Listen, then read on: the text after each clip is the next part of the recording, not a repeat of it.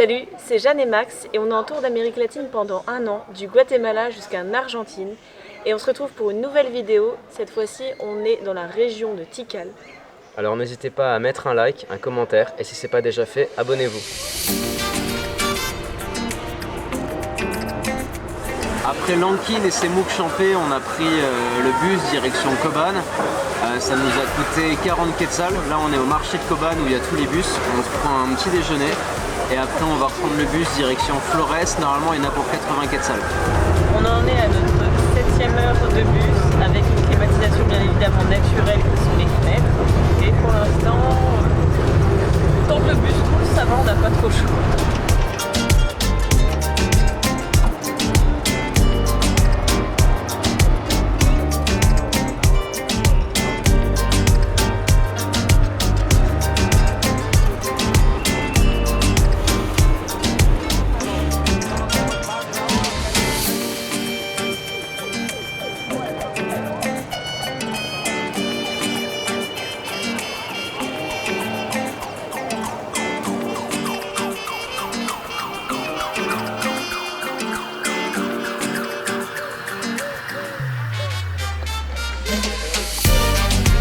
Après Lankin, nous voilà maintenant à Flores.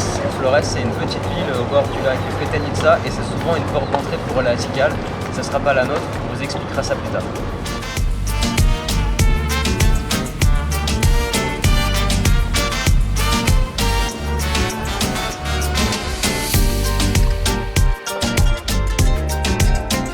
Pour venir à Flores, on y allait en transport local.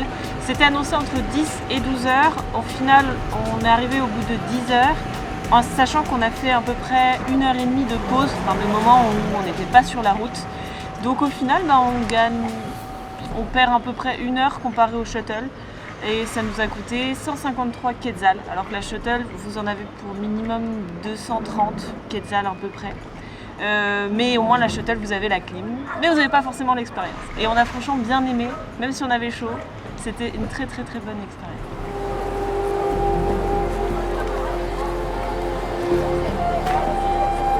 Alors l'île de Flores, c'est vraiment une bonne surprise. Je m'attendais à pas grand chose honnêtement. Je pensais que c'était juste un point de passage pour aller à Tikal, ce qui a l'air d'être le cas parce que c'est très très calme, il n'y a pas beaucoup de monde, on croise peu de touristes. Il n'y a pas beaucoup de boutiques souvenirs non plus, on a dû en compter 3 ou 4. Par contre il fait extrêmement chaud. Il y a un peu des airs de Carthagène en Colombie où on sort et au bout de 10 minutes on est déjà plein de sueur. Et aussi c'est très petit. On a fait beaucoup d'arrêts photo, vidéo et on a fait le tour de l'île en quoi, 1h30. Ouais, et il est 10h, là 10h30, on dirait un soleil de midi quoi. Ouais, il fait extrêmement chaud. Et apparemment c'est encore pire en avril. Donc heureusement on vient pas à cette période. Ouais.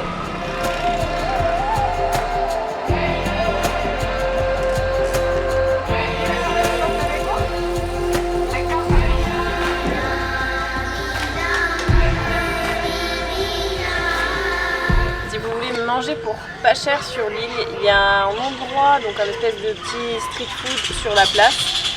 On a eu tout ça. Donc pas mal à manger avec une boisson pour 22 quetzals, sachant que vous pouvez avoir 2 gros burritos juste pour 25 quetzals, donc c'est vraiment cool.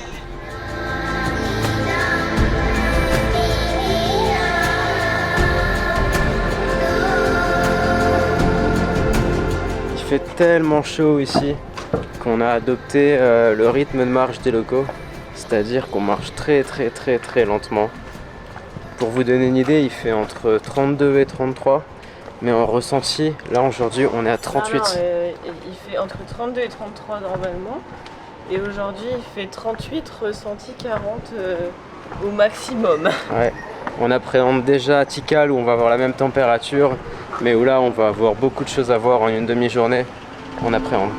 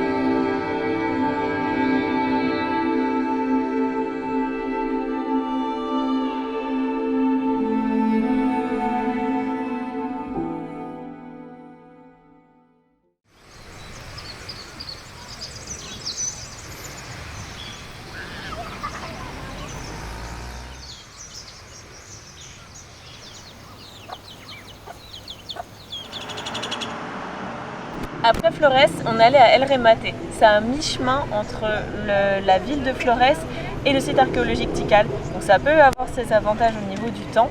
Et il est également sur le même lac, enfin à côté, sur les bordures du même lac.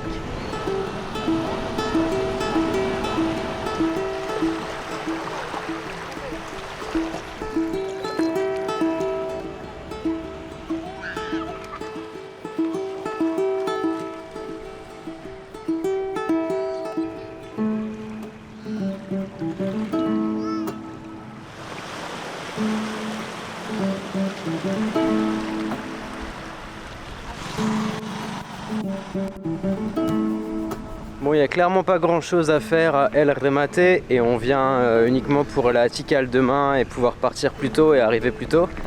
Mais c'est vraiment une ville sympa, enfin c'est une toute petite ville, mais j'aime vraiment beaucoup l'ambiance, c'est une bonne surprise un peu comme Flores. C'est au bord du lac, c'est vraiment tranquille, c'est vraiment mignon, il y a une belle lumière, l'eau est bonne, enfin franchement c'est une bonne surprise.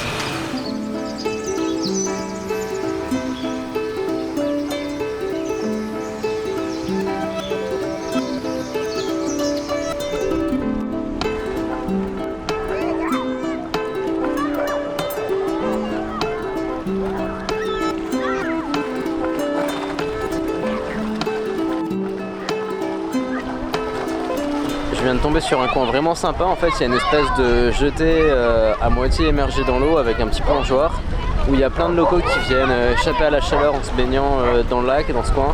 Il y a pas mal de bungalows comme on peut voir derrière moi aussi. Il y en a qui viennent manger, faire des petits barbecues. Et c'est vraiment un coin sympa et là au coucher de soleil c'est franchement magique.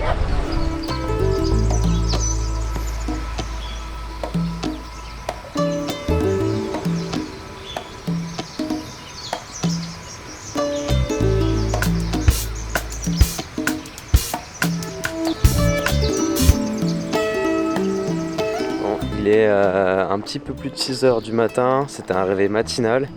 On est entré dans le parc de Tikal, donc on est en pleine jungle. Il y a les animaux doucement qui se réveillent, on entend beaucoup d'oiseaux. Et il n'y a personne. On a l'impression presque d'avoir privatisé le parc. Je pense qu'on est vraiment arrivé à l'ouverture, parce que le parc ouvre à 6h30 et il est 6h22. Et en fait, comme on a pris le collectivo, pour le collectivo, il faut prendre ses billets à l'avance, donc on n'a pas besoin de faire la queue, là où il y a toutes les navettes qui vont. Ouais, parce que si vous n'avez pas votre billet à l'avance, le guichet il est à 16 km avant l'entrée du parc. Donc franchement c'est un avantage, on a beau dire les collectivos c'est plus lent, et bah là pour le coup non.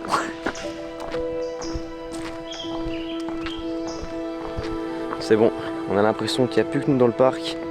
Et maintenant on part à la traque des pyramides et des animaux. Parce qu'il y a aussi énormément d'animaux qui vivent dans le parc national de Tikal. Le parc est le refuge de nombreuses espèces de singes, dont les singes hurleurs et les singes araignées, mais aussi des toucans, des perroquets et plus de 300 autres espèces d'oiseaux tropicaux. Le parc possède également d'autres animaux, mais plus rares à observer, les pumas et des jaguars.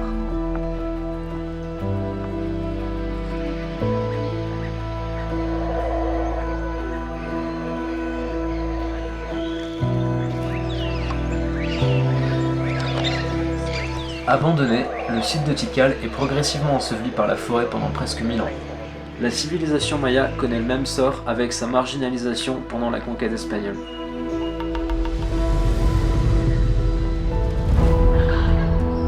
L'oubli d'une civilisation entière s'explique par le fait que les prêtres européens, peu après la conquête espagnole, ont brûlé la quasi-totalité des livres mayas.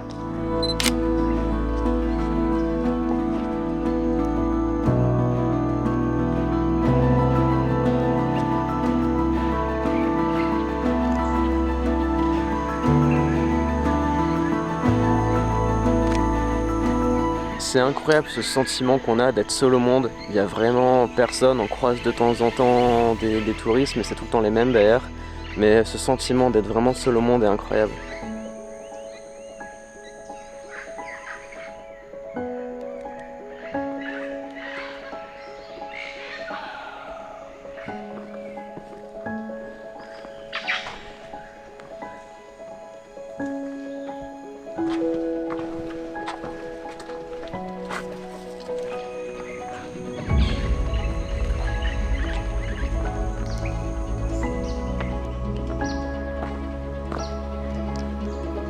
Tikal, c'est l'un des plus importants sites mayas. Il s'étend sur près de 572 km² et on estime que seulement 10% environ de ces structures ont été découvertes.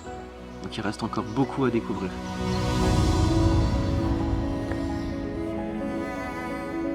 Et effectivement, c'est impressionnant parce qu'on passe à côté de nombreux temples qui sont encore sous terre. On imagine la forme, mais ils sont encore enterrés, quoi, avec de la végétation et des arbres qui repoussaient dessus.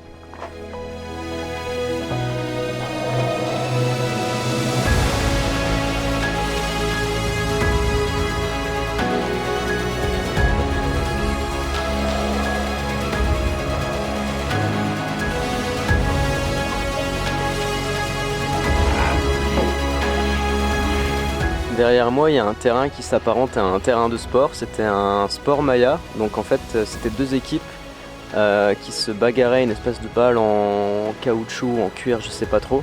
Donc ils faisaient des jongles avec leurs coudes, avec leurs épaules, avec leurs genoux. Et le but c'était de la faire passer dans l'anneau de l'équipe adverse. Et attention, l'équipe qui gagnait avait la chance de voir son chef d'équipe se faire sacrifier.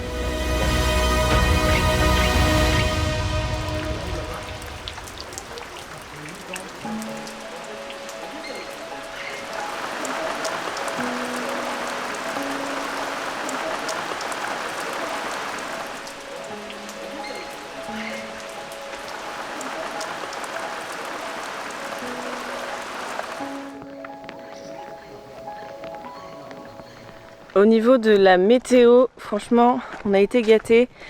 Il n'y a pas de soleil, il fait plutôt frais, l'humidité c'est supportable, donc on est vraiment très content. En plus pour les photos, le ciel nuageux c'est vraiment cool. Et il n'y a pas trop de moustiques finalement par rapport à ce qu'on a vu.